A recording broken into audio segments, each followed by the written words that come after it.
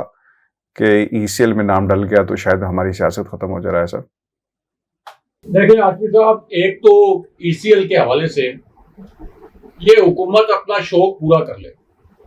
کیونکہ ان کے بہت سے لوگ ایسے ہیں اس پی ڈی ایم کے حکومت میں، بہت سے کردار ایسے ہیں، بلکہ 60% کے قریب کردار ایسے ہیں جن کے جرائم کی وجہ سے، جن کے مالیاتی جرائم کی وجہ سے، جن کی کرپشن کی وجہ سے ان کے نام ای سی ایل میں ڈالے گئے تھے۔ اچھا، عمران خان صاحب کا یہ جو نام کہتے ہیں ہم ای سی ایل میں ڈالیں گے، تو پہلی اگر آپ تقریر نکالیں عمران خان صاحب کی، یعنی جس وقت عمران خان صاحب کو ایک سازش کے ذریعے نکالا گیا تھا،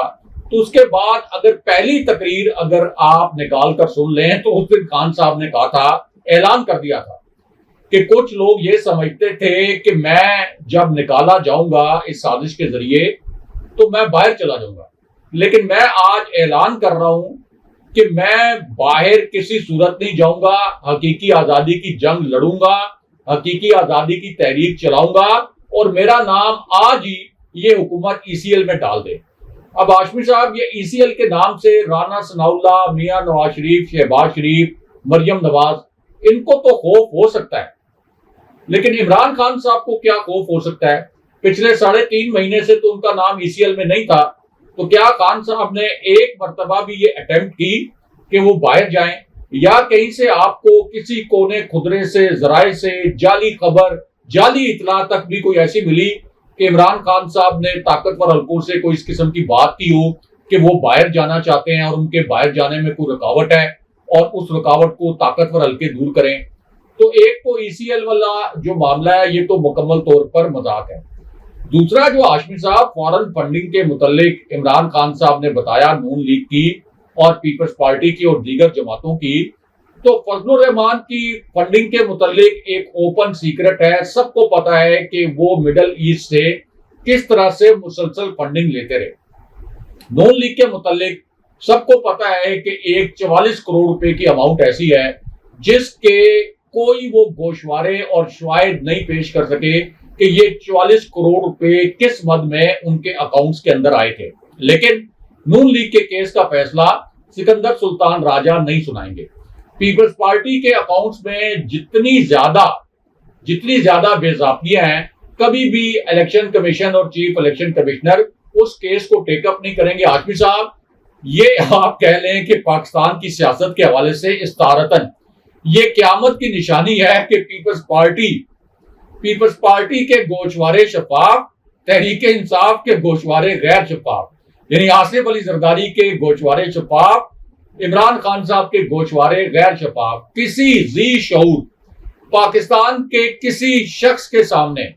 پیپلز پارٹی کے کسی کارکن کے سامنے اگر آپ یہ بات کریں، یہ کمپیرزن رکھیں، تو وہ بھی آپ کو اس وقت جو جواب دے گا، پہلے تو شاید وہ اپنی ہنسی پہ کنٹرول نہیں کر پائے گا کہ آصف علی زرداری کی شفافیت کا مقابلہ عمران خان صاحب کی شفافیت کے ساتھ کیا جا رہا ہے۔ لیکن اس وقت چونکہ ٹارگٹ کرنا مقصود ہے عمران خان صاحب کو، تو یہ آخری حربے کے طور پر فارن فنڈنگ کیس کا یہ فیصلہ سنایا گیا ہے۔ لیکن اس میں ہاشمی صاحب سب سے اہم بات کہ وہ لوگ جن کے ویڈیو سٹیٹمنٹ سامنے آئے ہیں کہ ہمیں غیر ملکی بنا دیا گیا، بینش فریدی کا جو سٹیٹمنٹ آیا، ویڈیو سٹیٹمنٹ، انہوں نے کہا کہ میں پاکستانی نیشنل ہوں، برطانیہ میں رہتی ہوں، لیگل چینل سے، آفیشیل اکاؤنٹ سے میں نے پیسے بھیجے، نادرا سے چیک کر لیں کہ میں ایک پاکستانی ہوں۔ الیکشن کمیشن کا 36 گھنٹے گزرنے کے باوجود ابھی تک کوئی ریبٹل نہیں آیا، ابھی تک انہوں نے نہیں کہا کہ نہیں، بینش آفریدی پاکستانی نہیں ہے، کوئی وہ یو کے نیشنل ہیں اور ان کے جو پیسے تھے، یعنی یو کے نیشنل ہونے میں کوئی برائی نہیں ہے، لیکن جس طرح سے ان پر الزام لگایا گیا کہ وہ پاکستانی نہیں تھیں اور غیر قانونی طریقے سے انہوں نے فنڈنگ کی۔ پھر جو 4 لوگوں کے اور ویڈیو سٹیٹمنٹ آئے ہیں، 2 لوگوں کے آج بھی آگے ہیں جن کو غیر ملکی ایجنٹ قرار دیا گیا ہے، تو ان سٹیٹمنٹس کو تو ڈینائی نہیں کیا الیکشن کمیشن نے۔ الیکشن کمیشن ابھی تک سو رہا ہے، شاید وہ صدمے کی کیفیت میں ہے کہ یہ ہم سے کتنی بڑی غلطی ہو گئی ہے۔ تو اگر الیکشن کمیشن کا فیصلہ درست ہے، اگر وہ یہ سمجھتا ہے کہ یہ جو سٹیٹمنٹ آئے ہیں، ویڈیو سٹیٹمنٹ، یہ غلط ہیں، تو الیکشن کمیشن کو کس نے روکا ہے ان کے ترجمان کو ایک سٹیٹمنٹ جاری کر دیں؟ عمران خان صاحب تو پرائم منسٹر تھے، تو الیکشن کمیشن نے عمران خان صاحب کے خلاف ایک چارج شیٹ نما ایگریسو سٹیٹمنٹ جاری کر دیا تھا، لیکن اب الیکشن کمیشن کھسیانی بلی کھمبا نوچے خاموش ہے، اور سب کو پتا ہے، اب یہ ایک اوپن سیکرٹ ہے کہ سکندر سلطان راجہ انتہائی متعصب طریقے سے اس وقت اس اتحادی حکومت کے امپورٹڈ حکومت کے ایک ٹول کے طور پر استعمال ہو رہے ہیں اور اپنے عہدے کے ساتھ چمٹے ہوئے ہیں، اس کے باوجود کہ دو صوبوں کے حکمران جماعت یعنی تحریک انصاف پنجاب اور کے پی کی جو حکمران جماعت ہے، قومی اسمبلی میں جو سب سے بڑی جماعت ہے، وہ یہ کہہ رہی ہے کہ آپ جان چھوڑیں، استعفیٰ دیں، لیکن وہ استعفیٰ دینے کے لیے تیار نہیں ہے اور اگلے الیکشن کو بھی کنٹروورشل بنانے کے لیے پوری تیاری کر کے بیٹھے ہیں۔ اچھا راجہ صاحب، اب یہ چیف جسٹس کے بارے میں ایک خبر ہے، اور پھر 6 کردار حساس بلڈنگ میں کیا کرتے رہے۔ نواز شریف نے لندن میں بیٹھ کر پی ڈی ایم کے اجلاس کی سربراہی کی ہے،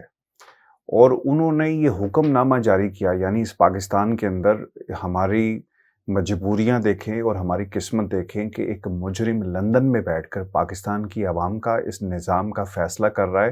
جو خود جیل سے بھاگا ہوا ہے، اور وہ یہ کہتا ہے کہ آپ سپریم کورٹ آف پاکستان میں ایک ریفرنس لے کر جائیں۔ 48 گھنٹوں کا الٹیمیٹم دیا گیا، اور پھر راجہ صاحب یہ بھی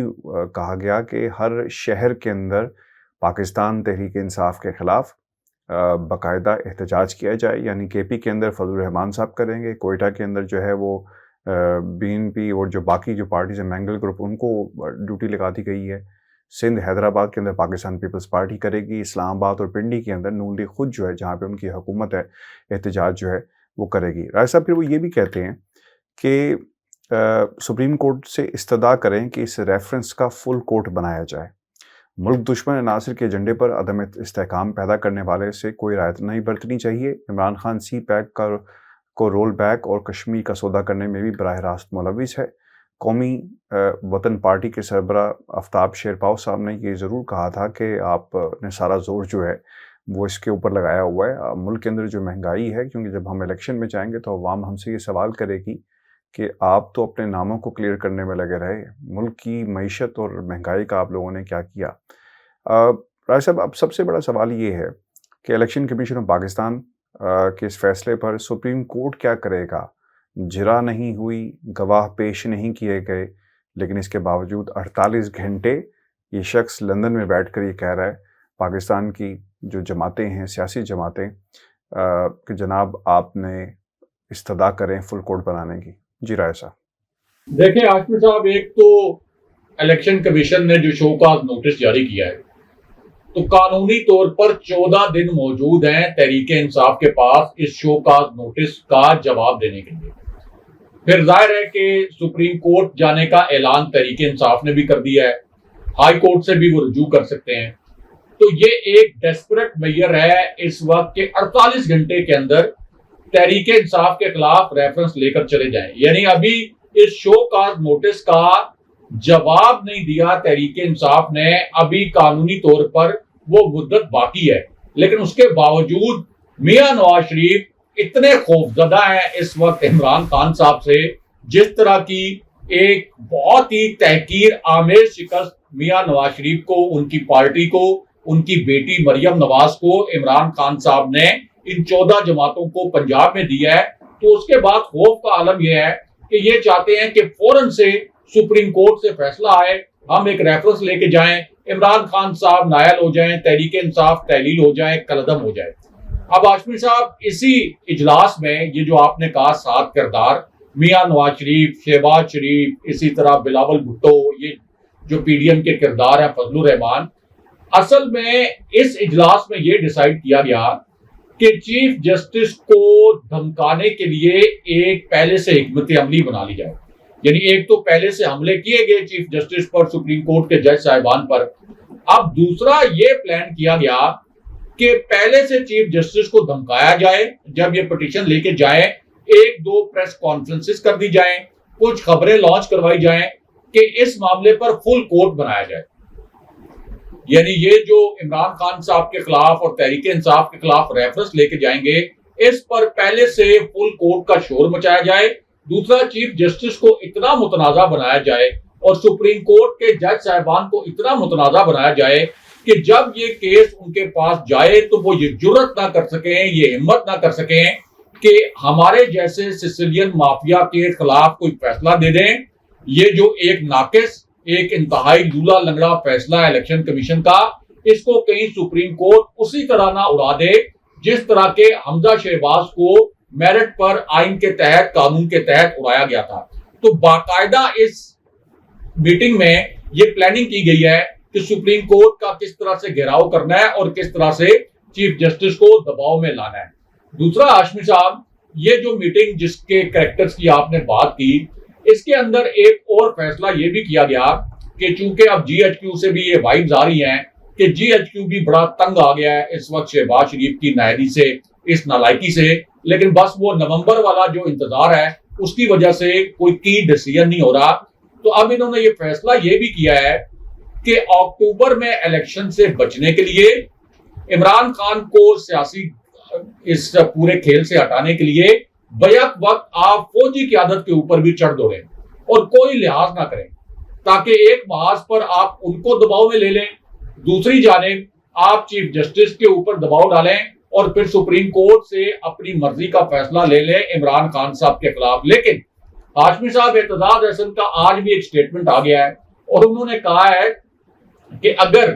عمران خان صاحب کو اس طریقے سے ہٹایا گیا, ایک تو کوئی بے ضابطگی ثابت نہیں ہوئی, اور اگر کوئی بدنیتی کے ذریعے 1%, 2% بے ضابطگی ثابت بھی کر دی جائے بدنیتی کے ذریعے, تو تب بھی زیادہ سے زیادہ تحریک انصاف کے جو فنڈز ہیں یہ منجمد کیے جا سکتے ہیں, اور وہ بھی پھر سپریم کورٹ میں ظاہر ہے کہ جب یہ فیصلہ چیلنج ہوگا تو سپریم کورٹ کا اس کے اوپر ایک حتمی فیصلہ آئے گا. پھر وہ یہ بھی کہتے ہیں کہ عمران خان صاحب کو ہٹا کر یہ جو 6 فٹ 7 فٹ کا بندہ ہے یہ 50 فٹ کا ہو جائے گا, اور پھر یہ